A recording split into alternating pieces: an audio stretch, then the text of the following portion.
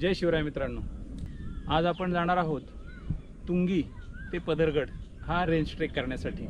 आता बरोबर माझ्या मागे जो तुम्हाला उंचवटा दिसतोय तो आहे तुंगी किल्ला। या किल्ल्यावर येण्यासाठी आपल्याला कर्जत मार्गे खांडस या गावात यावं लागतं। खांडस गावात आल्यानंतर इथून सरळ रस्ता जातो तो तुंगवाडीमध्ये, म्हणजे या किल्ल्याच्या पायथ्याला असणारं गाव। तिथं जाऊन आज आपण मुक्काम करायचा आहे आणि उद्या आपण पदरगडासाठी जाणार आहोत। खांडस गावावरून 5 वाजता संध्याकाळी तुंगगड चढायला सुरुवात केलेली आहे। बघूयात आता किती वेळ लागतोय।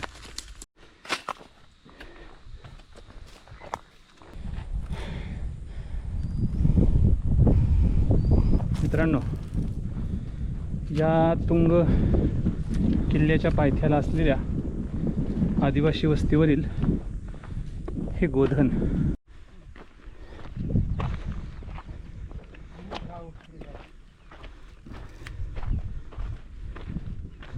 हा सूर्यास्ताचा क्षण। समोर काही वानरं बसलेली आहेत आणि समोर दिसतोय तो किल्ले तुंगी। सूर्यास्त जवळपास झालेला आहे तरी सुद्धा आपण किल्ल्याच्या दिशेने निघालेलो आहोत। या पठारावर हे तुंगी गाव आणि त्या गावाच्या वरती आणखी किल्ला, म्हणजे एकंदरीत किल्ल्याची उंची तशी खूपच आहे। वा, अशा रीतीने गडाच्या माथ्याकडे येताच ही छान पाटी दिसली। इथं पाण्याचा टाका आहे।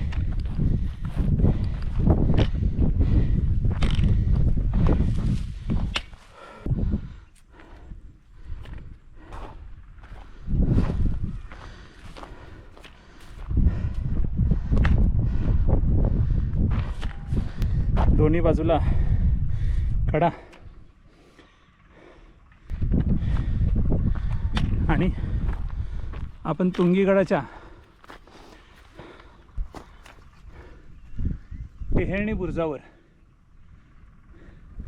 शेवटच्या टोकावर येऊन पोचलेलो आहोत। सूर्यनारायण आत्ताच अस्ताला गेलेले आहेत। गडावरून हे दिसणारं तुंगी गावाचं विहंगम दृश्य। मंडळी, तुंगी गावामध्ये ज्या घरामध्ये आता आपण जेवतो आहोत ते घर आहे संतोष आसवले यांचं, आणि हे सगळं जेवणाची सुंदर पंगत त्यांच्या आईने इथे केलेली आहे। मंडळी, आपण तुंगी गडावरून पदरगडाकडे जाताना बऱ्याच ठिकाणी रस्ते चुकण्याची शक्यता आहे, कारण उन्हाळ्यामध्ये पायवाटा खूप पडलेले आहेत। सगळीकडे जनावरं फिरतात, त्यांच्यामुळे त्यांच्या पायांनी खूप वाटा पडलेल्या आहेत। पण एक लक्षात ठेवायचं, किल्ला ज्या दिशेला आहे ती दिशा पाहून आपण चालत राहायचं, म्हणजे मग रस्ता चुकण्याची शक्यता खूपच कमी होते। आत्ता बरोबर 6:15 वाजलेत। आपण 5:30 वाजता चालायला सुरुवात केली। अजूनही आजूबाजूला रातकिड्यांचा आवाज येतोय, म्हणजे त्यांची सकाळ अजून तरी झालेली नाही।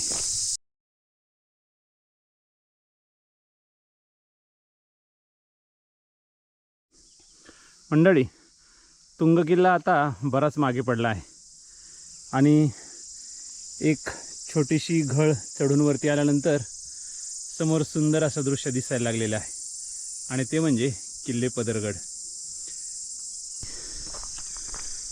तुंगपासून पदरगडकडे येताना रस्त्यात वन विभागाची ही चौकी लागते।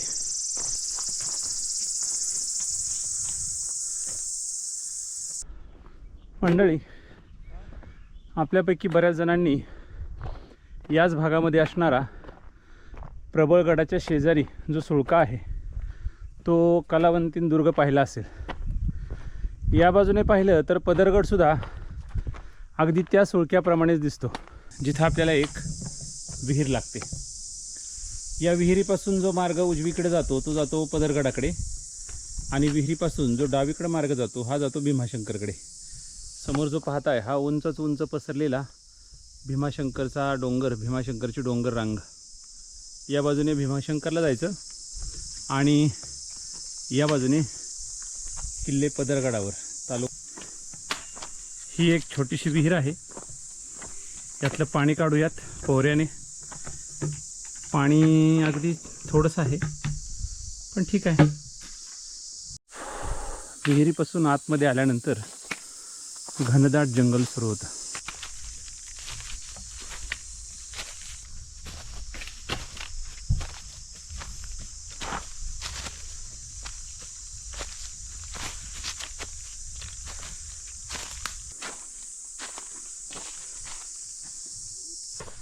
किल्ल्याच्या एकदम पायथ्याला पोचलेलो आहोत.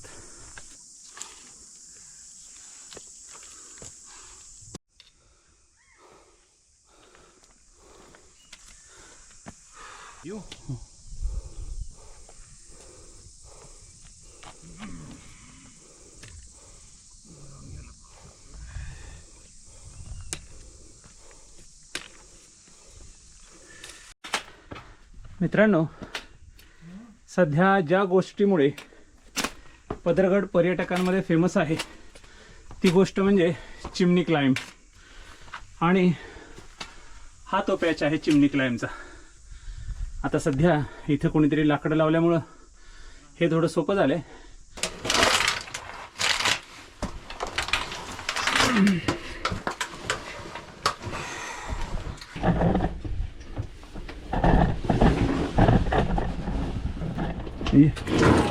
शाबास, मस्त. हे आहे चिमणी क्लाइंब. चौकशी असेल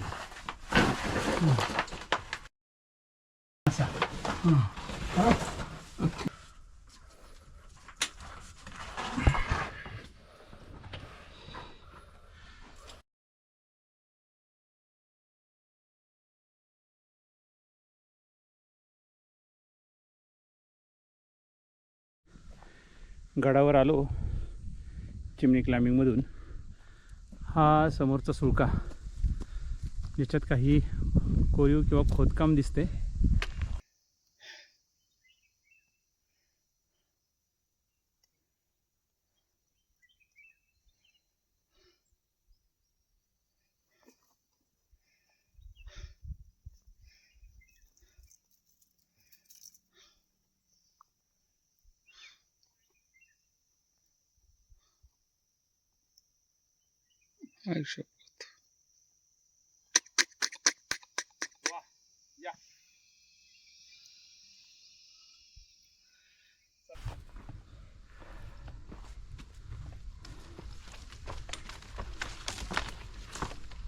सुंदर अशी ही गुहा आहे. इथं आपण मुक्काम करू शकतो. 2 टेंट छानपैकी इथे बसतील आणि इथून दिसणारं दृश्य खरंच खूप सुंदर आहे. वा.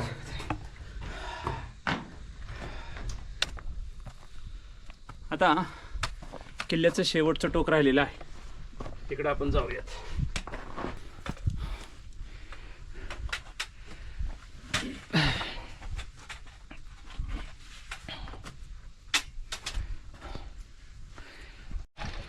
इथून वरती मात्र पायऱ्या अजून शिल्लक आहेत.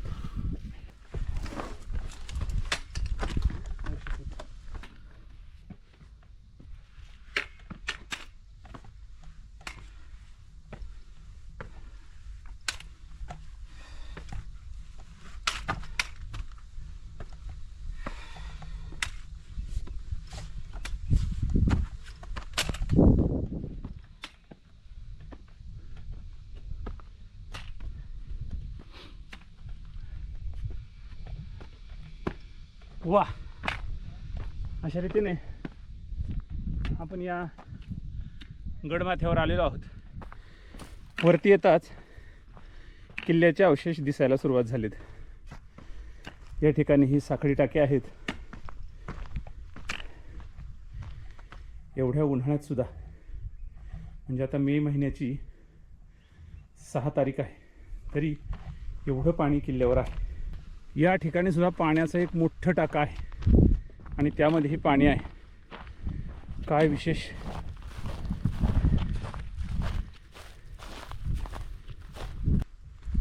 छान आहे. वाड्याचे काही अवशेष सुद्धा दिसत आहेत. आणि हे मात्र थोडंसं वेगळं आणि काहीतरी नवीन दिसते. चाकाच्या आकाराची वस्तू आहे. नेमकं काय आहे, कोणाला समजलं तर नक्की कळवा.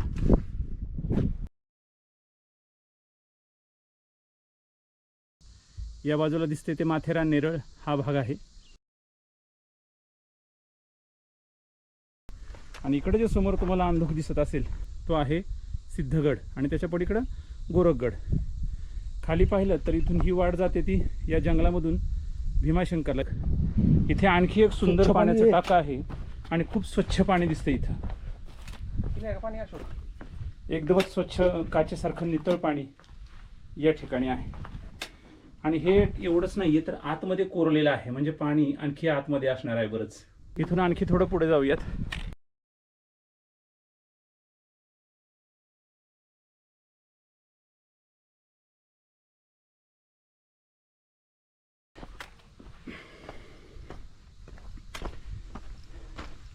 खाली खूपच खोल अशी दरी आहे आणि या बाजूला एक गुफा आहे.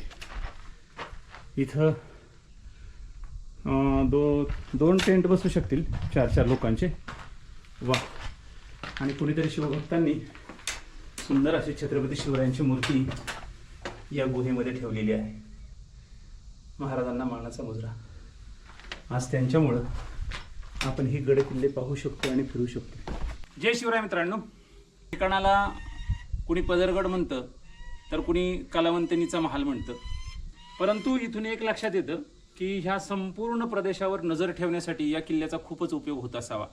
कारण ही आपल्या पाठीमागे जे दिसते ती आहे भीमाशंकरची डोंगररांग. खाली जे जंगल दिसते ते भीमाशंकर अभयारण्य. इथूनच भीमाशंकरला जायचा रस्ता आहे. समोरच सिद्धगड आहे. पलीकडच्या बाजूला बरोबर नेरळ माथेरान तो भाग आहे. म्हणजे हा आणि मागचा कर्जतचा भाग असा संपूर्ण भाग या किल्ल्यावरून स्पष्ट दिसतोय. आणि त्याच्यामुळं जरी ट्रेकर या ठिकाणी कमी येत असले, जरी हा किल्ला अपरिचित असला, तरी सुद्धा मला असं वाटतं प्रत्येकाने एकदा तरी या किल्ल्याला भेट द्यायला हवी. जय शिवराय.